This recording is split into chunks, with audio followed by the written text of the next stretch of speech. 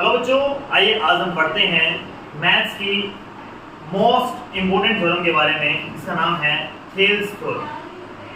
शायद आप इसको इस नाम से नहीं बल्कि बीपीटी के नाम से जानते हैं, बेसिक प्रोपोर्शनलिटी थ्योरम। आइए क्लास 10 के चैप्टर 6 ट्रायंगल के मोस्ट इंपोर्टेंट टॉपिक थ्योरम 6.1 के बारे में पढ़ते हैं। इसका नाम है बीपीटी या फिर बेसिक प्रोपोर्शनलिटी थ्योरम।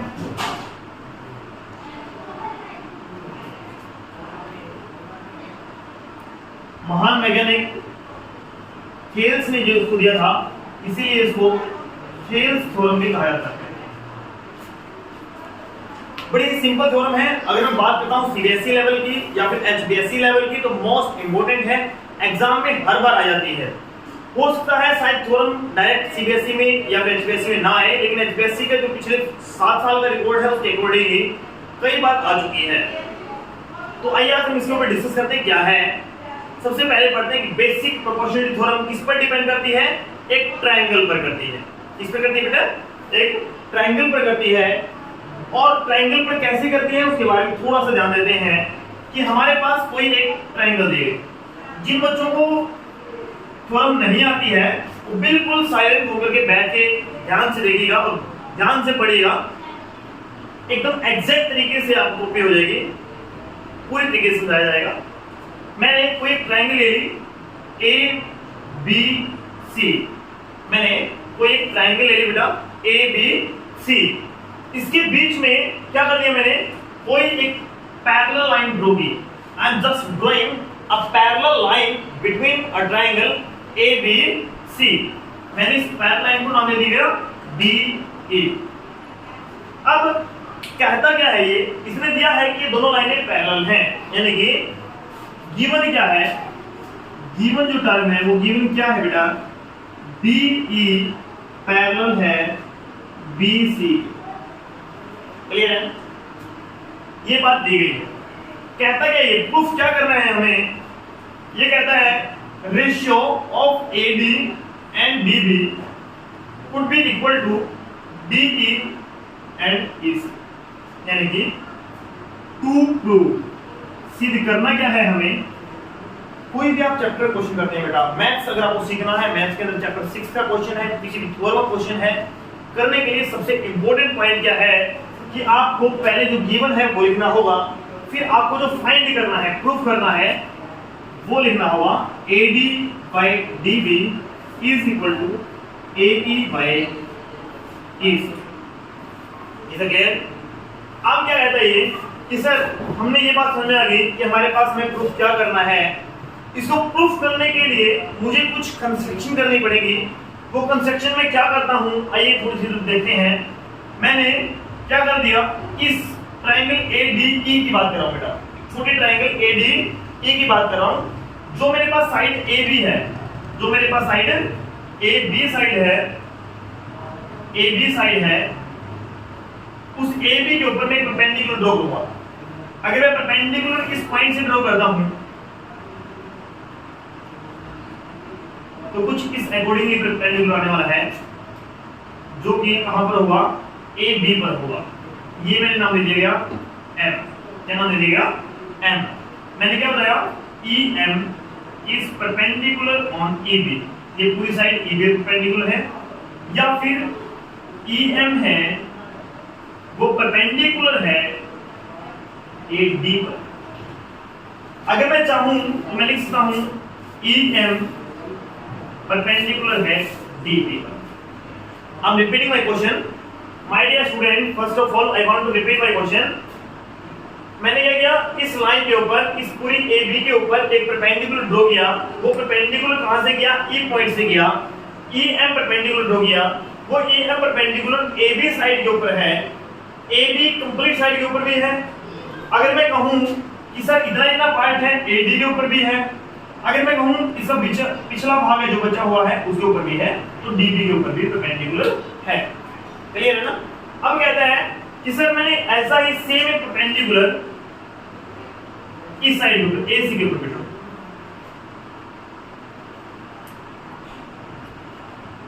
ये n नाम दे देंगे, क्या नाम दे दिया? n। मैंने क्या किया, डी एन को परपेंडिकुलर हो गया, किस पर गया, पूरी साइड ए सी पर। इसको मैं क्या मान सकता हूं, डी एन है वो परपेंडिकुलर है ए ई पर, या फिर जो डी एन परपेंडिकुलर किस पे है बेटा, ई सी। ये बात समझ आ गई। ये क्या है मेरी महज एक कंस्ट्रक्शन। अब इसको मैं ट्राइंगल्स बनाने के लिए मैं इसको यहां से ज्वाइन कर लेता हूं।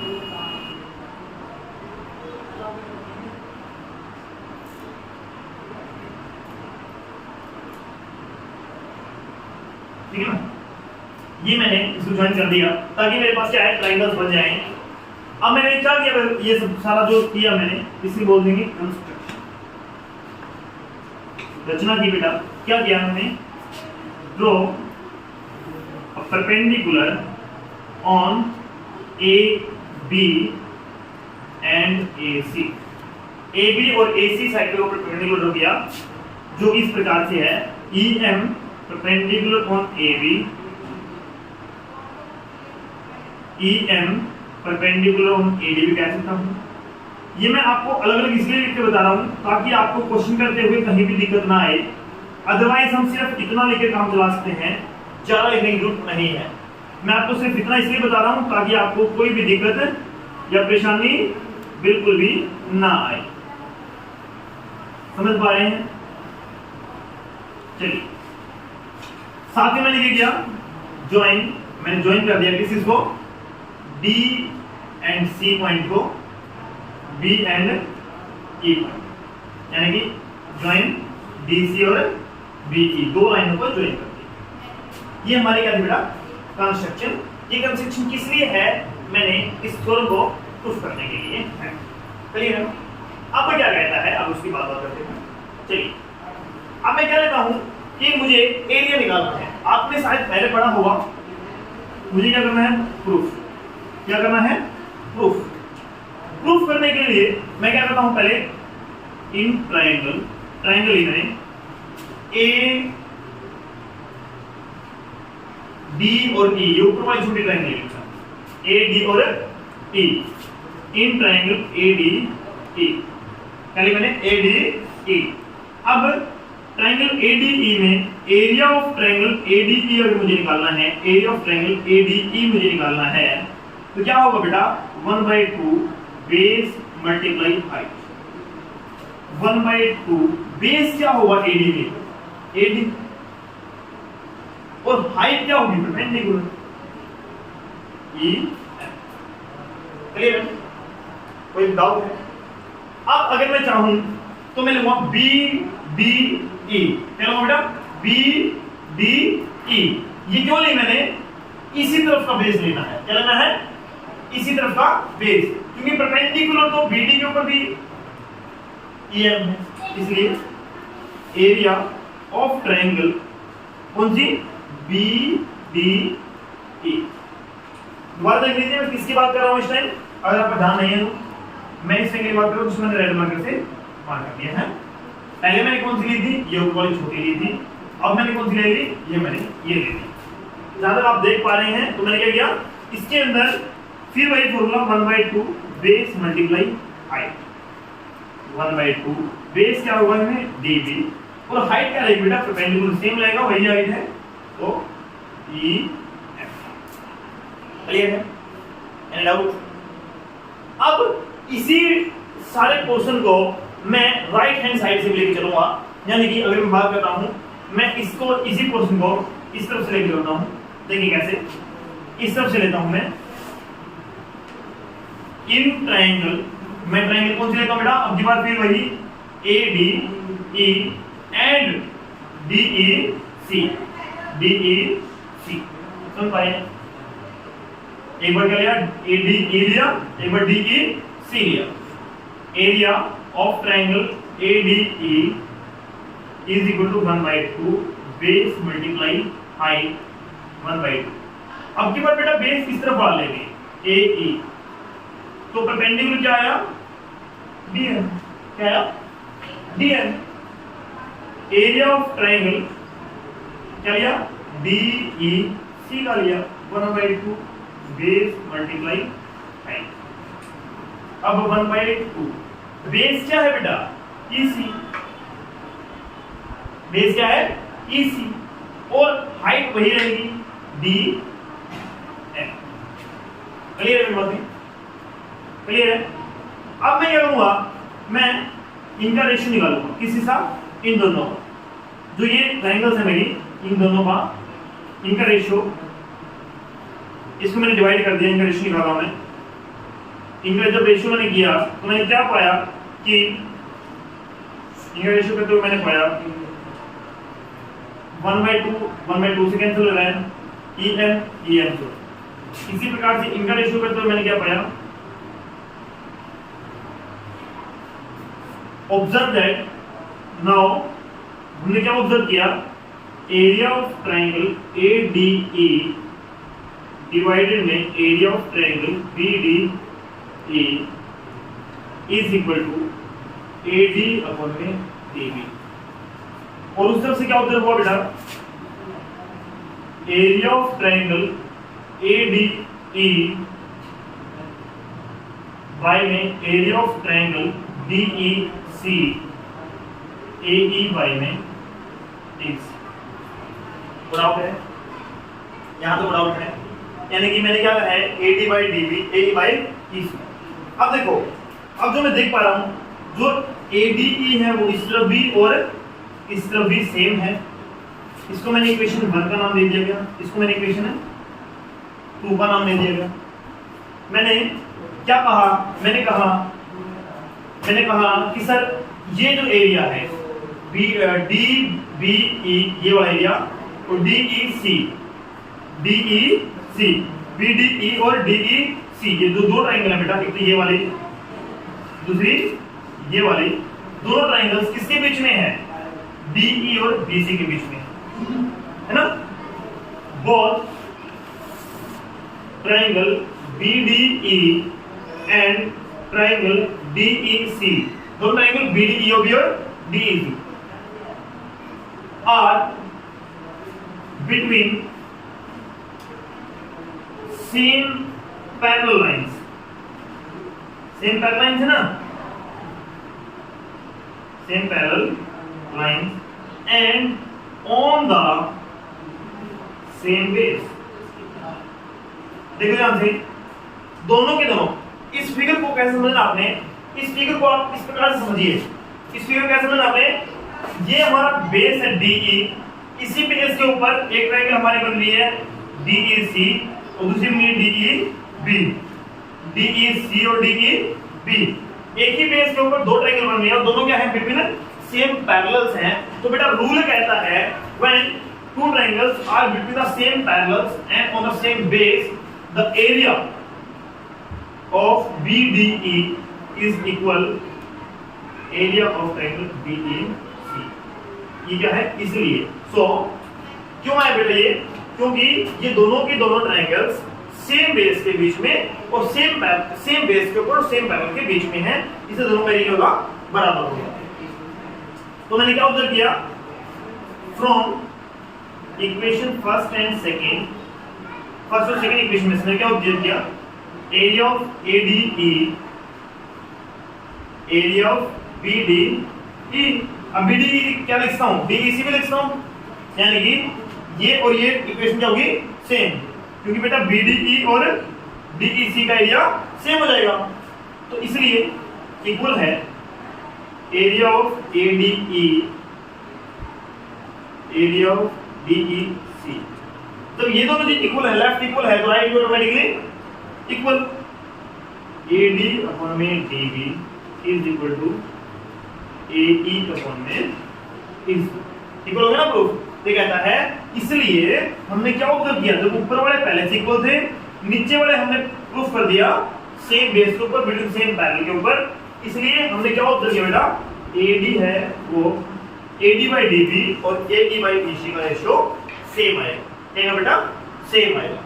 ये क्या है, छोटी सी थ्योरम है बेटा जो प्रूफ करती है if a line drawn between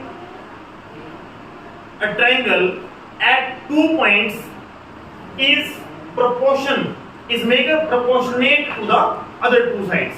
यानी कि सिंपल भाषा में कोई भी लाइन यदि किसी ट्रायंगल के बीच में ड्रॉ की जाती है और वो लाइन क्या हो, थर्ड साइड के पैरेलल हो, तो जो पहले दो साइड्स हैं उनको प्रोपोर्शन में डिवाइड कर देगी। ये बात थेल्स ने बताई थी। इस थ्योरम को बेसिक प्रोपोर्शनल थ्योरम कहते हैं, थेल्स थ्योरम भी कहा जाता है। क्लियर है ना? वो छोटी सी इंपॉर्टेंट थ्योरम बेटा, एक बार मैं रिकैप रिवाइज कर रहा हूं 2 सेकंड में। देखिए मैंने क्या है, DE पैरेलल BC दिया गया है, इनका रेशियो AD और DB का, AE और EC का रेशियो में फाइंड करना है। हमने क्या किया, एक एक परपेंडिकुलर ड्रॉ कर लिया और लाइनों को ज्वाइन कर लिया। एक बार मैंने ट्रायंगल ली ADE ऊपर वाला ट्रायंगल, फिर मैंने ली इसी बेस पर इसी साइड की ट्रायंगल BDE। फिर क्या किया, दोनों का बेस सेम, बेस अलग अलग रहा AD और DB, लेकिन परपेंडिकुलर सीखना था। फिर मैंने सारा काम राइट हैंड साइड से किया, AE को बेस मानते हुए, DN को परपेंडिकुलर मानते हुए, EC को बेस और DN को परपेंडिकुलर मानते हुए, दोनों के रेशियो को मैंने काउंट किया। मेरे पास क्या बचाता है, AD और AD by DB और AE by EC बचाता है। मेरे पास जो ऊपर वाली टर्म थी यानी कि न्यूमरेटर था वो सेम था, डिनोमिनेटर को सेम करने के लिए मैंने रूल बताया कि क्या है, between same parallels on the same base है। और मेरे प्यारे बच्चों, इसलिए उसका क्या गया, एरिया इक्वल आ गया। एरिया इक्वल आने से हमारे पास जो प्रूफ करना था वो प्रूफ हो गया, दैट इज हेंस लो। अगर आपको अच्छी लगी हो तो कमेंट कीजिएगा और शेयर जरूर कीजिएगा।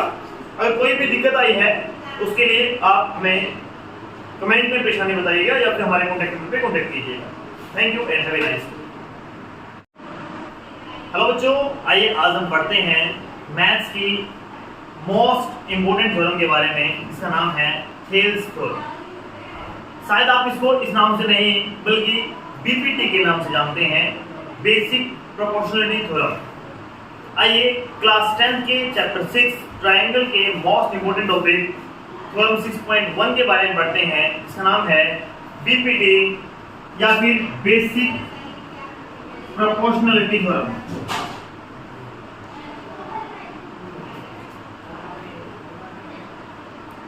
महान वैज्ञानिक थेल्स ने जो इसको दिया था, इसीलिए इसको थेल्स थ्योरम भी कहा जाता है। बड़ी सिंपल थ्योरम है। अगर मैं बात करता हूँ CBSE लेवल की या फिर HBSE लेवल की, तो मोस्ट इंपोर्टेंट है, एग्जाम में हर बार आ जाती है। हो सकता है शायद थ्योरम डायरेक्ट CBSE में या फिर HBSE में ना आए, लेकिन HBSE का जो पिछले 7 साल का रिकॉर्ड है उसके अकॉर्डिंग ही कई बार आ चुकी है। तो आइए आज हम इसके ऊपर डिस्कस करते हैं क्या है। सबसे पहले पढ़ते हैं कि बेसिक प्रोपोर्शनलिटी थ्योरम किस पर डिपेंड करती है, एक ट्रायंगल पर करती है। किस पर करती है बेटा, एक ट्रायंगल पर करती है। और ट्रायंगल पर कैसे करती है उसके बारे में थोड़ा सा ध्यान देते हैं कि हमारे पास कोई एक ट्रायंगल दिए, जिन बच्चों को थ्योरम नहीं आती है वो बिल्कुल साइलेंट होकर के बैठ के ध्यान से देखिएगा और ध्यान से पढ़िएगा, एकदम एग्जैक्ट तरीके से आपको कॉपी हो जाएगी, पूरी तरीके से समझाया जाएगा। मैंने कोई ट्रायंगल ले ली ABC, मैंने कोई एक ट्रायंगल ले ली बेटा ABC, इसके बीच में क्या कर दिया मैंने, कोई एक पैरेलल लाइन ड्रॉ की। I am just drawing a parallel line between a triangle ABC। मैंने इस पैरेलल लाइन को नाम दे दिया DE। अब कहता क्या है ये, इसने दिया है कि दोनों लाइनें पैरेलल हैं, यानी कि गिवन क्या है, गिवन जो टर्म है वो गिवन क्या है बेटा, DE पैरेलल है BC। क्लियर है, ये बात दी गई है। कहता क्या ये, प्रूफ क्या करना है हमें, ये कहता है ratio of AD and DB would be equal to DE and EC, यानी कि टू प्रूव। सिद्ध करना क्या है हमें, कोई भी आप चैप्टर क्वेश्चन करते हैं बेटा, मैथ्स अगर आपको सीखना है, मैथ्स के अंदर चैप्टर 6 का क्वेश्चन है, किसी भी थ्योरम का क्वेश्चन है, करने के लिए सबसे इंपॉर्टेंट पॉइंट क्या है कि आपको पहले जो गिवन है वो लिखना होगा, फिर आपको जो फाइंड करना है, प्रूफ करना है, वो लिखना होगा AD by DB is equal to AE by EC। अब क्या कहता है ये कि सर हमने ये बात समझ में आ गई कि हमारे पास हमें प्रूफ क्या करना है। इसको प्रूफ करने के लिए मुझे कुछ कंस्ट्रक्शन करनी पड़ेगी। वो कंस्ट्रक्शन में क्या करता हूँ, आइए थोड़ी सी देखते हैं। मैंने क्या कर दिया, इस ट्राइंगल ADE की बात कर रहा हूं बेटा, छोटे ट्राइंगल ADE की बात कर रहा हूं। जो मेरे पास साइड AB है, जो मेरे पास साइड AB साइड है, AB साइड है, उस AB के ऊपर मैं परपेंडिकुलर ड्रॉ करूंगा। अगर मैं परपेंडिकुलर इस पॉइंट से ड्रॉ करता हूं तो कुछ इस अकॉर्डिंगली परपेंडिकुलर आने वाला है, जो कि कहां पर होगा, AB पर होगा। ये मैंने नाम दे दिया M। क्या नाम दे दिया, M। मैंने क्या बताया, EM is perpendicular on AB। ये पूरी साइड AB परपेंडिकुलर है, या फिर EM है वो परपेंडिकुलर है AD पर। अगर मैं चाहूं तो मैं लिख सकता हूं EM परपेंडिकुलर है DB पर। I'm repeating my question. My dear student, first of all, I want to repeat my question. मैंने क्या किया, इस लाइन के ऊपर, इस पूरी AB के ऊपर एक परपेंडिकुलर ड्रॉ किया। वो परपेंडिकुलर कहां से किया, E पॉइंट से किया। EM परपेंडिकुलर ड्रॉ किया।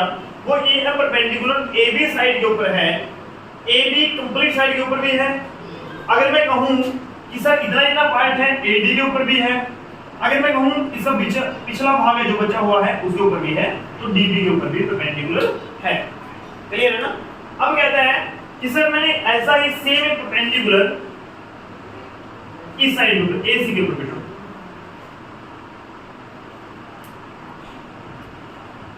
ये N नाम दे दिया। क्या नाम दे दिया, N। मैंने क्या किया, DN को परपेंडिकुलर ड्रॉ किया। किस पर किया, पूरी साइड AC पर। इसको मैं क्या मान सकता हूं, DN है वो परपेंडिकुलर है AE पर, या फिर जो DN परपेंडिकुलर किस पे है बेटा, EC। ये बात समझ आ गई। ये क्या है, मेरी महज एक कंस्ट्रक्शन। अब इसको मैं ट्राइंगल्स बनाने के लिए मैं इसको यहां से ज्वाइन कर लेता हूं।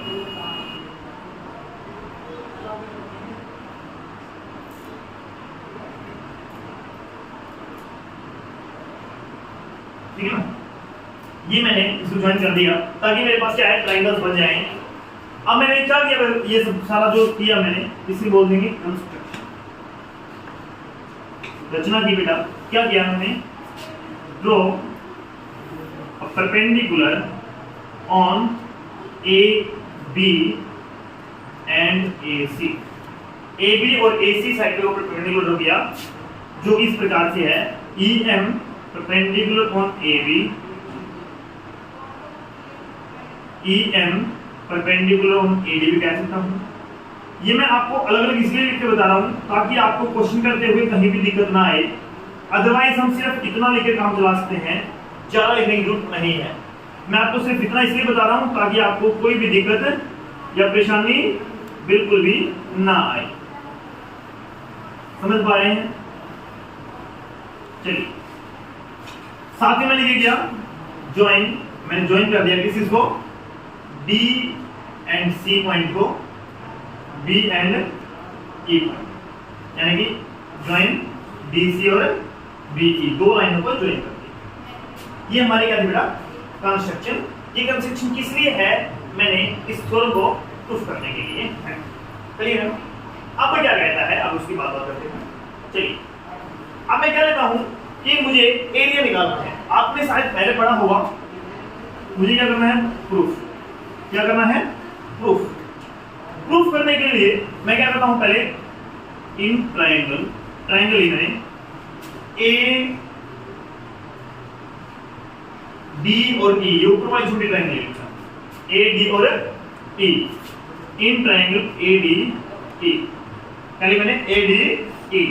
अब ट्राइंगल ADE में एरिया ऑफ ट्राइंगल ADE अगर मुझे निकालना है, एरिया ऑफ ट्राइंगल ADE मुझे निकालना है, तो क्या होगा बेटा, 1/2 बेस मल्टीप्लाई हाइट। 1/2 बेस क्या होगा AD में, AD, और हाइट क्या होगी, परपेंडिकुलर E। क्लियर है, कोई डाउट है। अब अगर मैं चाहूं तो मैं लिखूंगा BDE, क्या लिखूंगा बेटा, BDE। ये क्यों ली मैंने, इसी तरफ का बेस लेना है। क्या लेना है, इसी तरफ का बेस, क्योंकि परपेंडिकुलर तो BD के ऊपर भी EM है, इसलिए एरिया ऑफ ट्रायंगल कौन सी BDE। दोबारा देख लीजिए मैं किसकी बात कर रहा हूं इस टाइम, अगर आपका ध्यान नहीं है तो मैं इस की बात कर रहा हूं जिसमें मैंने रेड मार्कर से मार्क कर दिया है।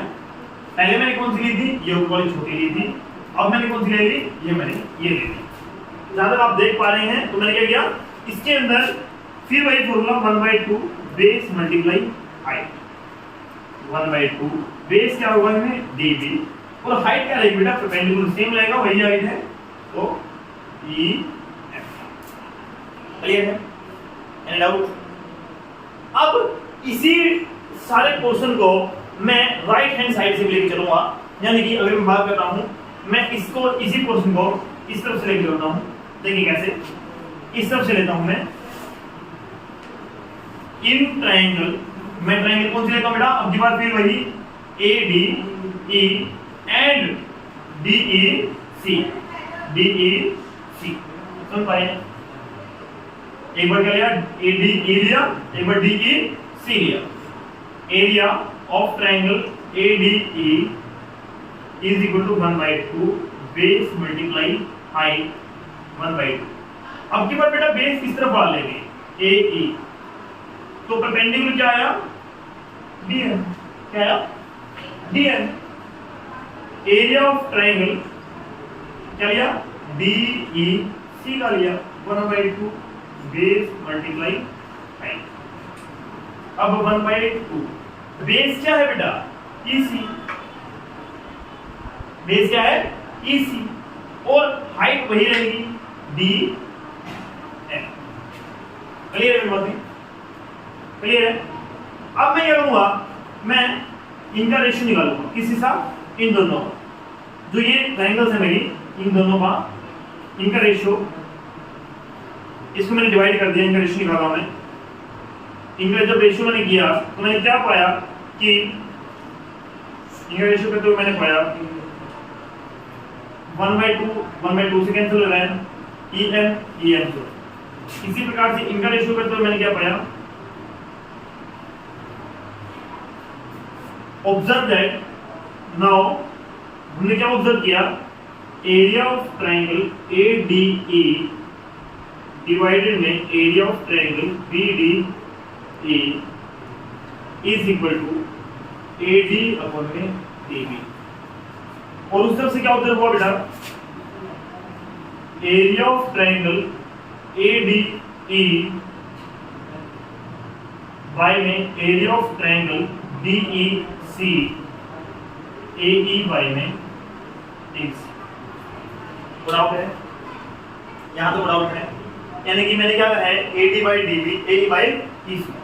अब देखो, अब जो मैं देख पा रहा हूं जो ADE है वो इस तरफ भी और इस तरफ भी सेम है, इसको मैंने इक्वेशन 1 का नाम दे दिया गया, इसको मैंने इक्वेशन 2 का नाम दे दिया गया। मैंने क्या कहा, मैंने कहा कि सर ये जो एरिया है DBE ये वाला एरिया और DEC BDE और DEC ये दो ट्रायंगल है बेटा, एक तो ये वाली दूसरी ये वाली, दोनों ट्रायंगल्स किसके बीच में है, DE और BC के बीच में है ना। Both triangle BDE and triangle DEC, दो ट्रायंगल BDE और DEC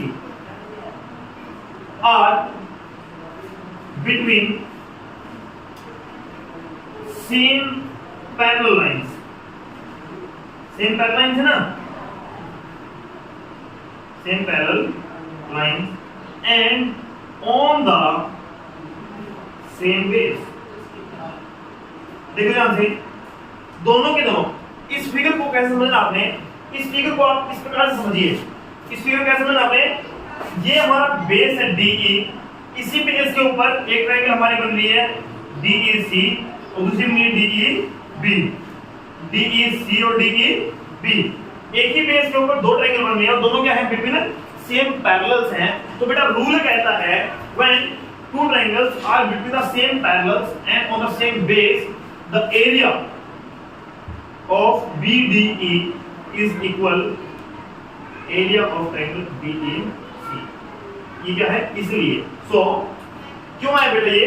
क्योंकि ये दोनों के दोनों ट्रायंगल्स सेम बेस के बीच में और सेम बेस के ऊपर सेम पैरेलल के बीच में है, इसे दोनों का एरिया होगा बराबर होगा। तो मैंने क्या ऑब्जर्व किया? फ्रॉम इक्वेशन फर्स्ट और सेकंड इक्वेशन में से क्या ऑब्जर्व किया? Area of ADE, area of BDE। अब BDE क्या लिखता हूं? DEC भी लिखता हूं, यानी कि ये और ये इक्वेशन क्या होगी? सेम, क्योंकि बेटा BDE और DEC का एरिया सेम हो जाएगा। तो इसलिए इक्वल है area of ADE, area of DEC। तो ये दोनों चीज इक्वल है, लेफ्ट इक्वल है तो right automatically equal. AD upon में DB is equal to AE upon में इक्वल हो गया ना प्रूफ? ये कहता है इसलिए हमने क्या ऑब्जर्व किया? जब ऊपर वाले पहले से इक्वल थे, नीचे वाले हमने प्रूफ कर दिया सेम बेस के ऊपर बिल्कुल सेम पैरेलल के ऊपर, इसलिए हमने क्या ऑब्जर्व किया बेटा? AD है वो AD by DB और AE by BC का रेशियो सेम आएगा। क्या बेटा? सेम आएगा। ये क्या है? छोटी सी थ्योरम है बेटा जो प्रूफ करती है if a line drawn between a triangle at 2 points is make a proportionate to the other two sides। यानी कि सिंपल भाषा में कोई भी लाइन यदि किसी ट्रायंगल के बीच में ड्रॉ की जाती है और वो लाइन क्या हो? थर्ड साइड के पैरेलल हो, तो जो पहले दो साइड्स हैं उनको प्रोपोर्शन में डिवाइड कर देगी। ये बात थेल्स ने बताई थी। इस थ्योरम को बेसिक प्रोपोर्शनल थ्योरम कहते हैं, थेल्स थ्योरम भी कहा जाता है। क्लियर है ना? वो छोटी सी इंपॉर्टेंट थ्योरम बेटा एक बार मैं रिकैप रिवाइज कर रहा हूं 2 सेकंड में। देखिए मैंने क्या है? DE पैरेलल BC दिया गया है, इनका रेशियो AD और DB का, AE और EC का रेशियो में फाइंड करना है। हमने क्या किया? एक एक परपेंडिकुलर ड्रॉ कर लिया और लाइनों को ज्वाइन कर लिया। एक बार मैंने ट्रायंगल ली ADE ऊपर वाला ट्रायंगल, फिर मैंने ली इसी बेस पर इसी साइड की ट्रायंगल BDE। फिर क्या किया? दोनों का बेस सेम, बेस अलग अलग रहा AD और DB, लेकिन परपेंडिकुलर सेम रहा। फिर मैंने सारा काम राइट हैंड साइड से किया, AE को बेस मानते हुए, DN को परपेंडिकुलर मानते हुए, EC को बेस और DN को परपेंडिकुलर मानते हुए। दोनों के रेशियो को मैंने काउंट किया। मेरे पास क्या बचाता है? AD और AD by DB और AE by EC बचाता है। मेरे पास जो ऊपर वाली टर्म थी यानी कि न्यूमरेटर था वो सेम था। डिनोमिनेटर को सेम करने के लिए मैंने रूल बताया कि क्या है? बिटवीन सेम पैरेलल दोनों सेम बेस है। और मेरे प्यारे बच्चों इसलिए उसका क्या गया? एरिया इक्वल आ गया। एरिया इक्वल आने से हमारे पास जो प्रूफ करना था वो प्रूफ हो गया, दैट इज हेंस प्रूफ। अगर आपको अच्छी लगी हो तो कमेंट कीजिएगा और शेयर जरूर कीजिएगा। अगर कोई भी दिक्कत आई है उसके लिए आप हमें कमेंट में परेशानी बताइएगा या फिर हमारे कॉन्टैक्ट नंबर पे कॉन्टैक्ट कीजिएगा। Thank you and have a nice day.